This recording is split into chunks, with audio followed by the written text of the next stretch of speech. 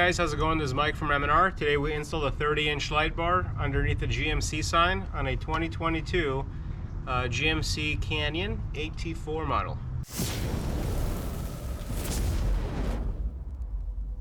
First thing we're going to do is pop the top cover off. It's held by push pins. 1, 2, 3, 4, 5, 6, 7, 8, 9. So the way you get to it is just prop it with a screwdriver, get a nice prying tool underneath it, and you can just pop those out. That's one. When you have all the clips removed, we're just going to go ahead and lift this up and get it out the way. Next thing we're going to do is take out the 6 T15 screws from the top. We went ahead and turned the wheels to the passenger side so that way we can get into the wheel well. There's a couple screws that we're going to be taking out here. 5 of the T15 bolts that hold the inside liner. 1, 2, 3, 4, 5. So that way we can peel back the liner and get access to the inner fender. Now that we peel the inside fender out, there's 3 bolts on each side. There's 1, 2, 3. They hold the fender to the bumper itself. We're going to go ahead and remove these 3. Hard to get the camera in there, so we're going to try to do our best. That's 1.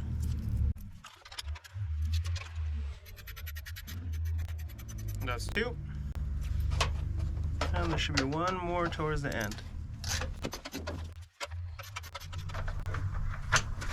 And there we go. Now I went ahead and separated this a little bit. And let's see what else is holding it. We're going to do the same thing on the other end. So same thing on the passenger side. We're going to go ahead and loosen up the 5 Torx bolts. And these are T15. I'm going to go ahead and peel this inner flap out. Once you peel the splash guard, you'll see the 3 bolts that connect the fender to the bumper. You're going to have to remove these 3 on both sides. It's hard to get the tool in there. I typically just use the tool to loosen it, and then I use my fingers to get the rest of the bolt out. There's the last one. I'm going to go peel this under and separate them. Next thing we're going to do is remove these 2 bolts from the front of the grille. Might need an extension. I might need to get a longer extension. Now we're removing the 2 10mm bolts. There's 1 on each side from the bottom in order to separate the front of the grille from the radiator support, from the active shutter system support. I apologize.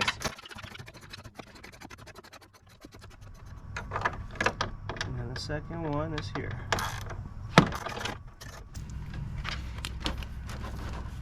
Let's see what we got.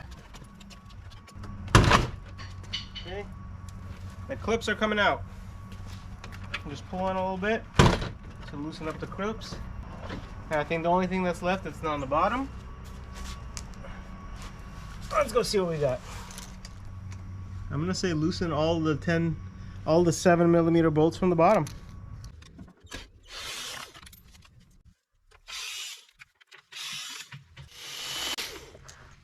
Alright, we got them all out. We're gonna go in and unplug the fog light. Typically you squeeze it and pull it back. There's a little button here, you squeeze it and pull it out. That's the driver's side. We're going to do the same thing on the passenger. Squeeze it and pull it out. Now looking from the bottom, there's only 2 more bolts that are holding this bumper from the inside. So 1 is here, and it's right behind this plate. I'm going to get my hand in there and unbutton it. And this is from the under view. This one here, and 1 is going to be in here as well. It's pretty bad bolt placement. Well, let's see. It's hard to get to because it's already at an angle.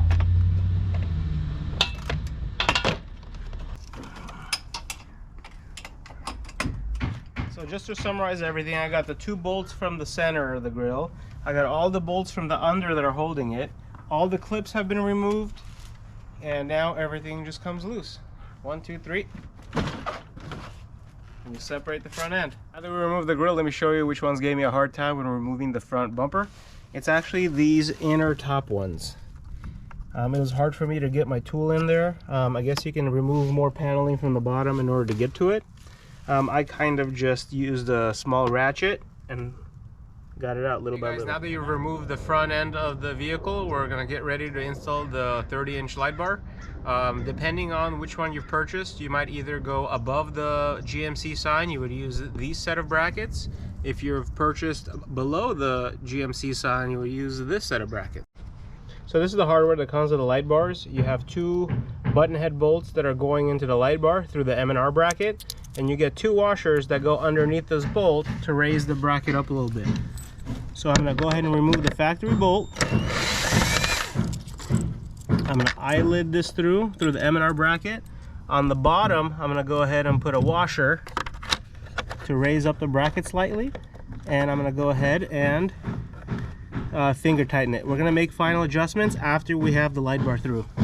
And we're going to do the same thing on the passenger side. Take this off.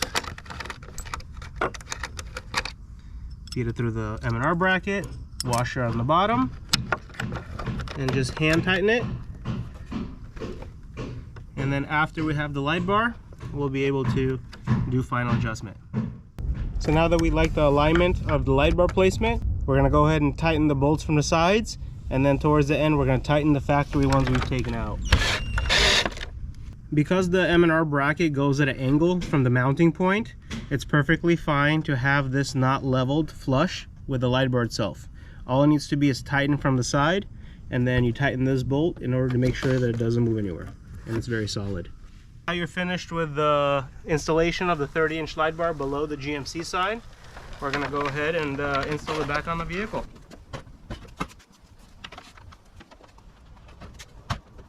The light bar itself fits right in between the grille opening, and it doesn't block radiator flow. Now that you've installed the single 30-inch light bar, now let's talk about wiring. The light bar comes with 2 wires. There's a positive and a negative, and we purchased a generic wiring harness, which I'm going to talk about and show you how I installed it for a single light bar application. Mike, where did you buy this wiring harness from? You can purchase a single light bar wiring harness on Amazon or eBay. We will post a link in the description. M&R does not sell the wiring harnesses. The wiring harness comes with a relay. It comes with a fuse. This side of the harness goes towards the battery. There's a positive and a negative terminal. And then when you stretch it out, sorry, I kind of got myself into a little nest. When you stretch it out, you have a terminal that goes towards the light bar itself. So pretty much you're going to go red to red, black to black on the harness. And the only thing that's being dragged inside the cab is the switch. So you have a push switch. It is on double-sided tape, so you can mount it somewhere on the dash. I'll show you how I installed it. It does separate here, so you can disconnect the wiring for the switch itself. You'll have to drill a hole in the firewall, the diameter of the switch connector. I already pre-drilled the location of the firewall. I'm going to show you exactly what spot I drilled into and how I'm going to run the wire. Follow me. There's a tight squeeze in there, so I apologize in advance. I'm going to use a flashlight. So if you go inside where the pedals are, you can see I drilled a hole in the firewall. It will be closed up with that rubber mat afterwards. So the first thing I'm going to do is put the switch through the cap, through the hole in the firewall that we've made.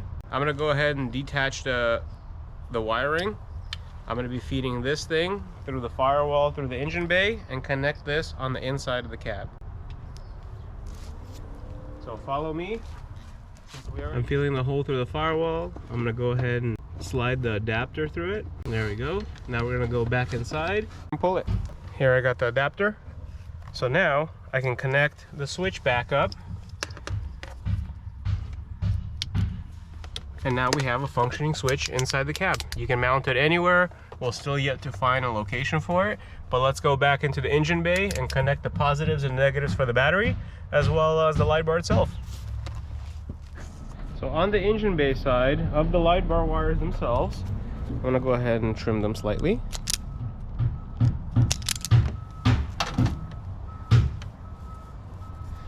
I'm gonna put a crimp connector on the red. and a crimp connector on the black. The wiring harness wires, same thing. So we're gonna go red to red and black to black. Okay, we got the red to red, black to black. So the only thing that's left on the wiring harness is on the relay side and the fuse side. Just connect the positive and the negative to the battery, and then we're gonna go ahead and test the switches. The light bar comes with over 6.5 feet of wiring, so you could either keep the length and zip tie the wiring in your engine bay, or you can go ahead and cut the wire to the length that you need in order to connect it to the wiring harness. The only thing that's left is to connect the positive and a negative terminal onto the battery. So we're gonna go ahead and connect the positive, which is a red wire. Now we're gonna do the exactly same thing for the negative terminal. I'm gonna go ahead and loosen it, slip the eyelid through it, and tighten it back up. Okay, and that's it. Let's go ahead and test it. Pretty much wraps up the installation. Thank you very much, and check out our website.